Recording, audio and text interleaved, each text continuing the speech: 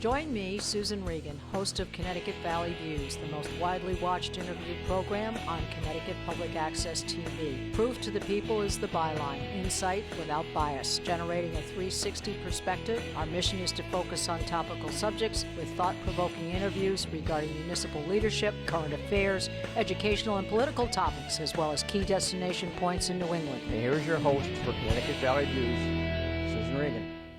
Hello, and thank you for joining me today. My guest is Robin Zatony, if I pronounced that correctly, of Dowd Realty Group Incorporated. We're delighted to be here with you today. Robin, we're going to find out some interesting aspects of buying and selling homes. Great. Well, let me ask you, how long have you been in this industry? I've been doing this for about 13 years. Right after I had worked in corporate America for a while, and I wanted something where I was working more closely with people and making an impact on their lives. So this better suited me. Well, you have to cover a broad territory and range of homes, so with a lot of questions today, hopefully we will meet and provide a lot of answers to people out there looking for it. And I guess what I would ask you is, what is the state of the housing market in Connecticut these days? It's good? It's been a slow winter? What have you been experiencing? We had a very long and quiet winter.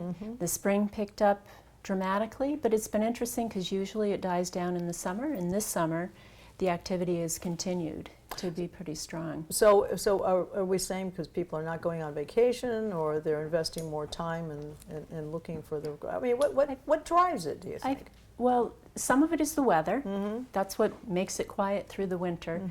The other thing I've found is that when people go on vacation now, they're actually looking online to see what's available for sale. So sometimes I'm getting calls from people who are on vacation, which didn't used to happen. Years ago, if they were on vacation, it was quiet.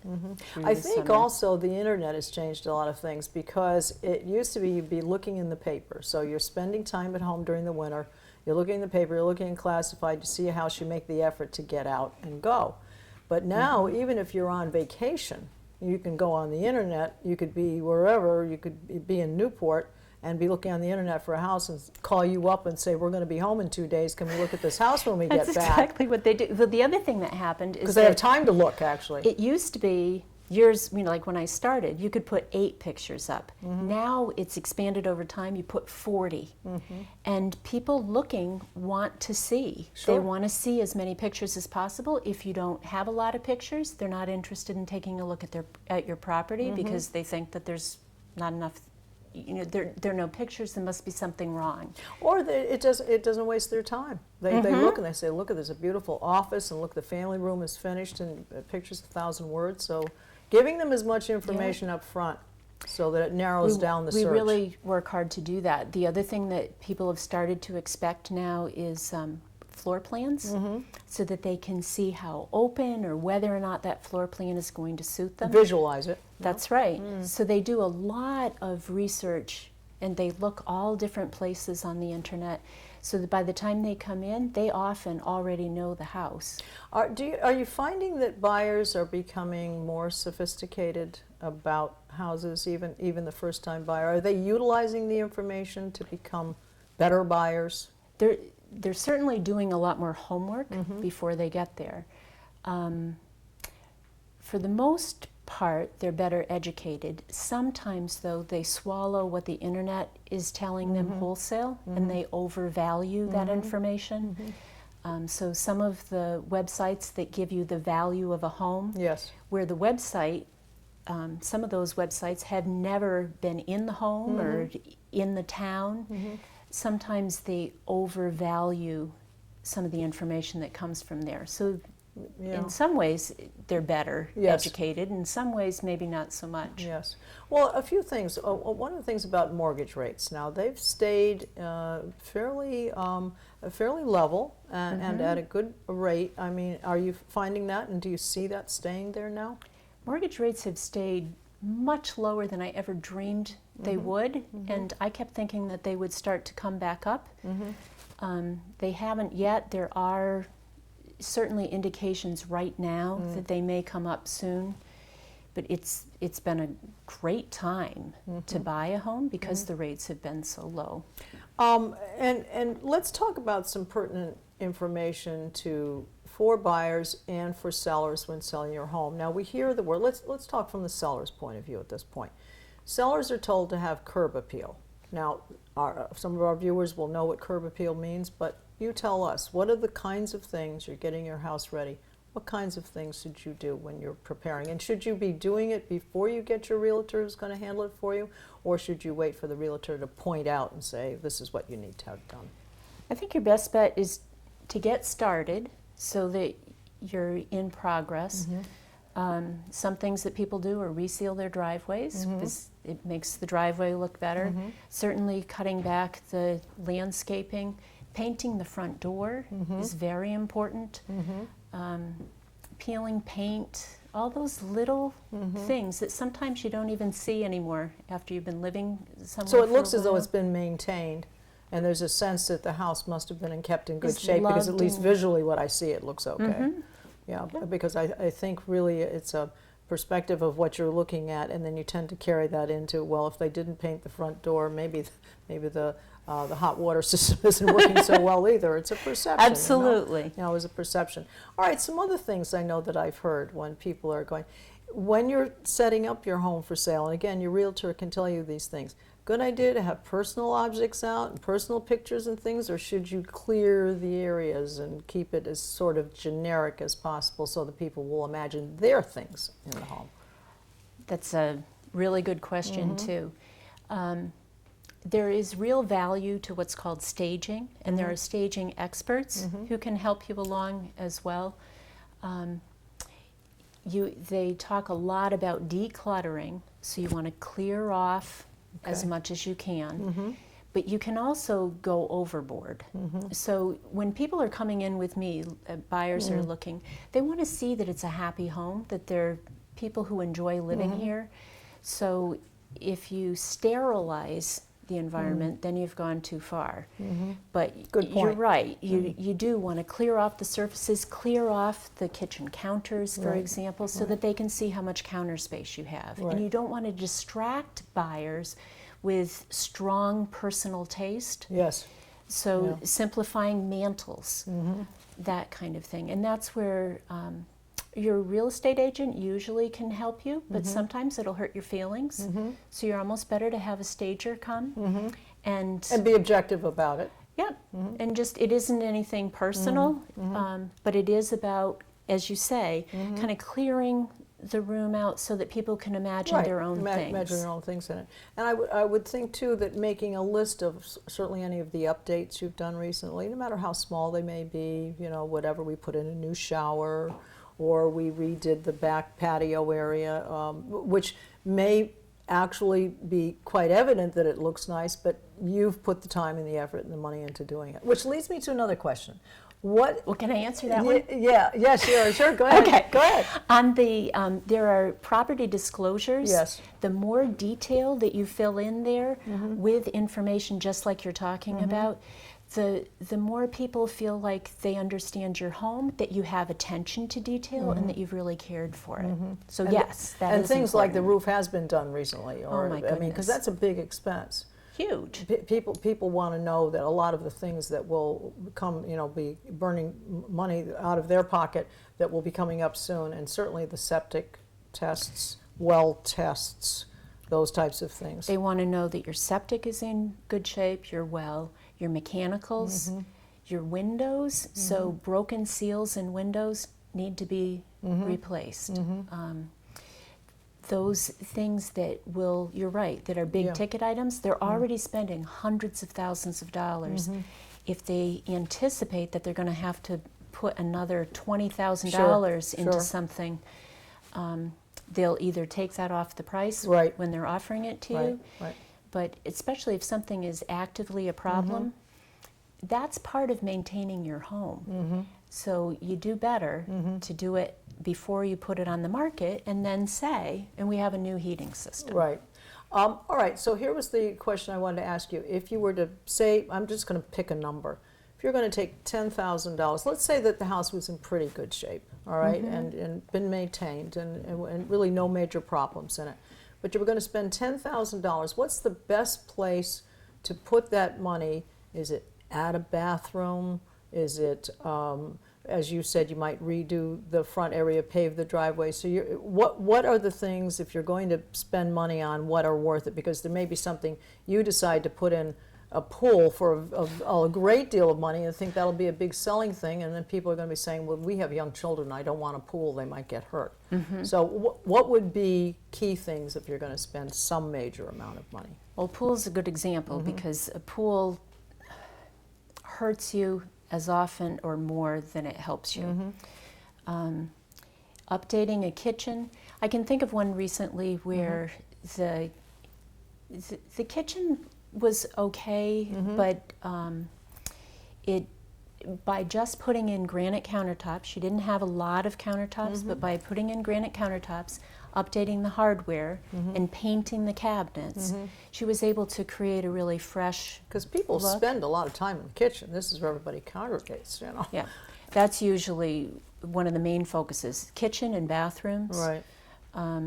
So it depends. I know that's a terrible Yes. answer, but it depends on the house. But yes, the Yes. areas where they spend the most time, kitchen and bathrooms, the openness, and even like if you've got wallpaper Yes. in the kitchen, in the family room, the main space, if you can take that down and put some earth tone colors up, those make a big difference. Those are big difference. And how many people, I would imagine, again, this is me thinking, how many people are willing to sell all, because the house really looks beautiful. We're in a lovely home today, but the house really looks beautiful. Sell everything, literally all the furniture and everything that's in it, or how often is it? How often does that happen? Yes, yes. I've done that, I think, once. Okay. So Generally speaking, people are taking their things with them. they do. They take most of their things with them. They try to take their appliances with them, but I would also tell you that appliances don't like to be moved. Yes. So you're That's really true. better off That's true. to leave your washer dryer and Right. your refrigerator Right. and so on. And when someone moves into your home, they're going to They're all need ready to those go. appliances Yeah, too. So those things can stay. But usually the rest is so personal. It's such personal taste It's that true. they take it with them. Yeah, particularly furniture and bedroom sets and things like that. Yeah, But I sure. did have one Yes. where Yeah. they where bought the whole Wow. thing. Wow. Very interesting. All right, let's talk about first-time buyers. These are Okay. people who, although I think these days people are better educated, as we stated, because they go online, they get some information, perhaps they even have parents that are helping them and making recommendations about things that they should do and so forth. But first-time buyers, one of the things is to get a pre-approved mortgage. And what else should they do? It's wonderful to get that pre-approval because then they know what kind of price range they're working in, so that they're looking in the right range for them. Really to think about what's important, what are their top priorities. Sometimes I'll get people who are looking, when they get to me, they're looking in 8 different towns. It's way too many, and there's too much diversity. So what's important? Is your education system important to you? Are you looking for neighborhoods? Are you looking for How close community? to work? Yes, Right. all those things. And really figure out what your top 3 towns are. Narrow it down and then look hard in those areas for homes that meet your needs. Is location still the big word? Absolutely. Because it's a good investment for the long term, right? Yeah, and your location makes all the difference in the world. So if I even tell people when we're looking at homes, Yes. if you love the house, Yes. but you don't love the location, you can't fix it. Right. If you love the location, but you can't stand the Right. kitchen and you can change Right. everything else about a house Right. except for the location. Yes. And the long-term value is also in the location. Yeah.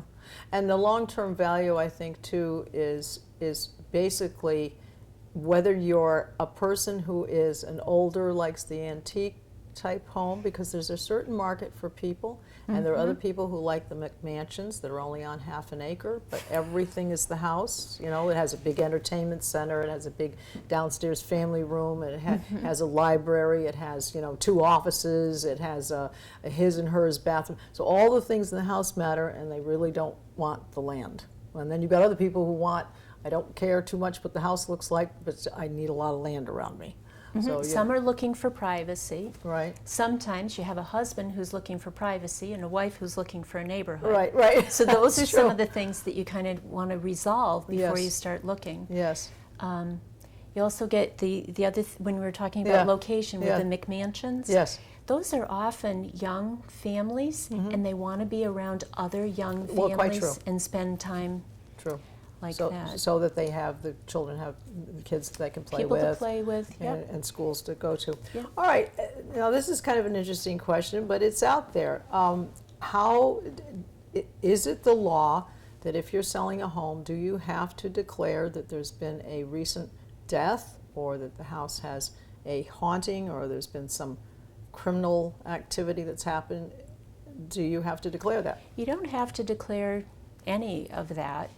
If it's important to you, then you can ask, and the seller will tell you Tell you the truthfully truth, what's truthfully. been going on. The other thing I was just thinking of, you also don't have to declare if there's a sexual predator Oh.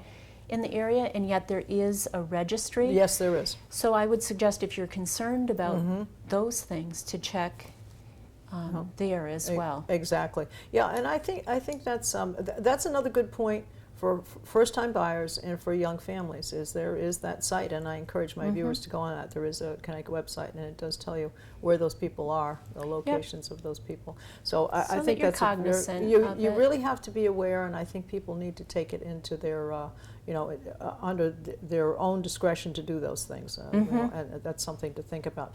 How important is it to our people, speaking of security, that the security system is already in the home? Is that another kind of feature thing, or is that something that always can be added? Depends. It can always be added, and they've advanced dramatically, so it's pretty simple to add them. It also kind of depends on your location. There are towns in which it's pretty important to have a security system, and then there are towns that have such a strong sense of community that your neighbors are Neighborhood all watch. looking out for each other. Yeah. The one thing is, by adding a security system, you can reduce usually your homeowner's insurance if you have Right. one. So it's a point, to keep in mind, folks. Yeah. All right. Now, you've given me a list here, and I'm just going to just kind of run through this. Things that people are looking for these days that are important to them. Some of the things that they don't like is wallpaper, popcorn ceilings, deferred maintenance. Now, does that mean you like putting off a roof? Is that what you're saying? Deferred maintenance? Is that what you mean by that? Yeah, they're all kinds of things that can be deferred maintenance. Even something leaking. Yes. They're the Dripping thing. faucets. Yep. Okay. Moisture maybe building down in the cellar or something. Water makes people crazy. Yeah. So if there's any evidence of water, if you need to run a dehumidifier in your Yes. basement, run the dehumidifier. Okay. And tell the people honestly, we do get dampness from time to time, but this is what And I do, I can it's fine. control it with, Yes. right. Right. So anything that you put off, even sealing your driveway, those are hints to people that you're not necessarily keeping up with everything. Right. They don't, this is something I end up trying to explain to sellers. Yes. If you have a roof and it's leaking and you replace it, you don't get extra money because you put a new roof on. Right. That's expected. Yes. And just like sealing your driveway Yes. is expected. Yes. Or if your window Right. has the seal is broken so it's foggy, Right. it's expected that you will And take even your care pool of those maintenance, things. if the whatever isn't working, the jacuzzi isn't working or whatever. They expect things to be working, that's Yes. right. Yes, yeah, so that's important. All right, so going on with that list, wood deck, they don't like dark wood trim. They want white. No air conditioning, they don't They, want? they want central air. Oh, they want central air. So okay. some of the homes that were built, like in Yes, the don't 60s have- have window units. Yes, Which is okay, but they would certainly prefer sure. central air because it darkens the room. Yes, okay. Yeah. All right, they like different flooring in each room. They don't. Oh, they don't like it. Oh, that's right, we're on our don't list. Thank you for that So, correction. Don't Sometimes like it. you go from Yeah. one room to the next. Oh, hardwood and it floors. changes. They would really like that consistency, which kind of goes to the point of looking for an open floor plan, that feeling of Exactly. openness, and you get that more if you have Right. consistent flooring. Exactly. Okay, and continue. They're not interested in antique homes. Not so much. When the economy is down the way it is well, it's starting to come back. But when the economy comes down, antique homes have the hardest time of all the different homes to sell. Okay. When the economy is good, people love that they're interesting and they have history. Character and so forth. Character. So they do still sell, but Yes. they take a harder hit Sure. than some of the others. And then window treatments, that's not on They their list? don't like window treatments. Okay. So all of those beautiful curtains, and especially those that have a heavier look. Or look too permanent, can't be changed. Yep. When There for somebody good. comes in to look at your house, Yeah. they want to really see what's there. Yes. So the brighter it is, the more, and how much natural light, Light, those are things that are Natural important to them. light, okay. They don't like cigarette smoke, obviously that. They don't like carpeting, older windows, or an older roof. So that's Yeah. all pretty well expected, I think, most people. They don't want that investment they'll have to make the changes. Yep, they tend to overestimate how much it's going to cost them. Yes. All right, they do like, however, open floor plan, white trim, updated kitchen and bathrooms, and you mentioned that Yep. that's what they like. First floor master suite, which would be good for more senior buyers, makes it more like a one-level living type thing. That's right, and we've got more and more people moving into the baby boomer. You know, they're looking. They're still very active, but they want something that's convenient and easy for They them want to be live able in. to live on one floor. If their kids are in college or high school, they just soon have the kids have Kids their upstairs. own space upstairs. First floor master, public water, sewer, natural gas, recessed lighting, stainless steel appliances, or sometimes black, gas stove, and super clean hardwood floors. All right, so we're back to that one look hardwood floors. Well, the hardwood floor actually gives you a very classic place to start. That's the whole thing. You can. I mean, if you really want to go floor to floor carpet, because that's what you decide, fine. But you can put down rugs. You can change the rugs. That's You right. can just have the floors the way they are. So there are a lot of things that you can do, and it And the makes i- it more. The whole idea of when you come into a home that's that's for sale, to have it be just incredibly clean, it's easier for it to feel clean Yes. that way. And it's amazing to me how important that is to people. No. Well, again, if it cuts down on their work and they could buy something that's ready to go, this is where they want to go. All right, let's talk about some overall pricing trends, 2006, 2008, and falling prices by about 20 to 30%. Give us a little feeling Yeah, about that. so when I first started coming into real Yes. estate in the early 2000s, the prices were coming up, the homes were appraised on the higher side, and that continued until 2008. Okay. And then right around October of 2008, all of a sudden they all started coming down, and that Right. was Right. when some other things were happening Yes. in the United States. Yes. In this area, in New England, we didn't take as hard a hit as what they experienced in Florida and California, but we did take a significant hit. Yes. So values came down gradually from October of 2008 until they seem to have bottomed out in December of 2014, so just recently.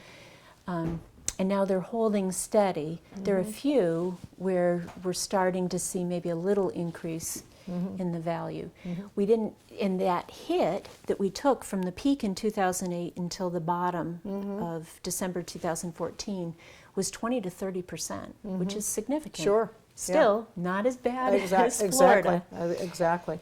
Now, here's something else. Now, this this might be a little bit, I won't say difficult to explain, and it's always going to be different for different people, but a lot of times people are looking for the new home, and they want to move to a certain town for a certain reason. It can be closer to their job, or perhaps it's closer to relatives, or whatever it is. They're not going to move too far away, but or maybe they may be moving far away. How do you balance that? Got to get our house sold, and we just found the house we want to buy. And so give us some recommendations on that, where we want to put the money down or we want to make an offer, but we haven't sold our house yet. Have you had clients that are in that spot? Sure. Yeah. If you are able, you're a much stronger buyer if you're willing to move forward and buy the new house Okay. with without making it contingent on the sale of the old house. Makes you much. Because how does the bank looking at that? You're obviously, hopefully, bought your house 10 years ago. You're hoping, given the appraisal and so forth, that it's going to sell for $45,000 more than before. You're going to take that extra money, you're going to put it into the new house. How does the bank, the mortgage lender, look at, well, you haven't sold your house yet and you're hoping to get more, and whether we'll lend you the money or whatever? Does the bank looking at that you're caught in between, sort of? That depends on how much. So some of these homes, like for baby boomers, they've paid off that home, so they can use the equity in that home to buy the new home. Right. Otherwise, you do make it contingent on the sale of your other home. Okay. So your offer then that you've made, and the seller of that home is willing to go with your offer, and it's contingent upon you selling your home with within a certain time? that's right. A time So frame? you usually give 6 to 8 weeks Okay. to get your home under contract. Okay. The seller of Yes. the house that you wish to buy Yes. can continue to market their home. If they get another buyer Right. coming in Yeah. who does not have it contingent on the sale of their house, they can take that other Oh, offer. they can. Okay. Yeah, So there's even a- within that time frame, they've come in. Even they've made within an that offer. time frame, there's a So there's period. luck involved here. There's a little bit of that too. There's luck involved. Yeah. All right. One other thing that I'd like to ask, and again, it's in your experience, but people, when they're looking at a house they're going to buy, and you go and look at it, and the realtor who's there representing the house, they'll often say, "I can represent you too," with regard to you looking for this house, but in selling, and in the representation at the final closing. Is it a good idea to have your own realtor represent you, and allow that realtor that's at the seller's home there remain on the side of the seller? Better to have your own or not? Or doesn't matter? Because I don't know which realtor you're talking Right, to. yes. Because I know that for me, I try to make sure that it's fair Okay. for both the buyer and the seller. Okay. But because we don't know, then yeah, you are better off to have your own Representation. Anything that, while the person who's there representing the seller is supposed to be completely truthful. Anything they tell you, you still want to verify Yes. that information is correct. Trust but verify. Yes, trust but verify. Okay. All right. Well, I think I also want to mention, too, that when you're looking, particularly for first-time buyers, you should have your own lawyer, obviously, representing you, particularly a real estate lawyer. They are absolutely. They know the territory, and often it makes everyone in the situation, the seller, the home buyer, they know that person and they recognize them, and they know that representation will be proper and appropriate at the time of the usually sale. if on the buying side, that attorney, you want to make sure that your bank uses that attorney so that they can represent both you and the bank. That way you don't have to pay for an additional lawyer. Exactly. Well, it's been interesting. It's been a fast half hour. I hope we've covered a lot of things that people are interested in. I'd like to mention one quick website for you folks to go to for more information, www.realtor.com. I'd like to thank you for your time. It's been delightful. Thank you. I'd like to remind my viewers to see us and like us on Facebook, and you can see all of our shows on our website at www.ctvalleyviews.com. This is Susan Regan. Thank you for joining me in bringing proof to the people.